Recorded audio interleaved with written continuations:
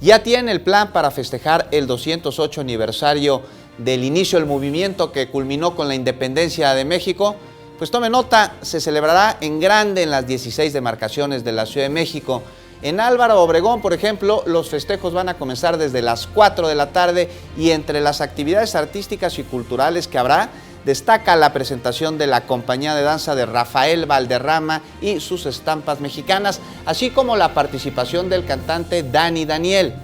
En la delegación Azcapotzalco los festejos van a iniciar con el tradicional desfile en el que estarán presentes los ganadores del concurso de escoltas y por la noche se va a llevar a cabo una auténtica verbena mexicana. En tanto, en la delegación Benito Juárez, la celebración de la independencia va a iniciar en punto de las 19 horas con la presentación de grupos musicales locales y después del grito, mire, estarán en el escenario Los Ángeles Azules.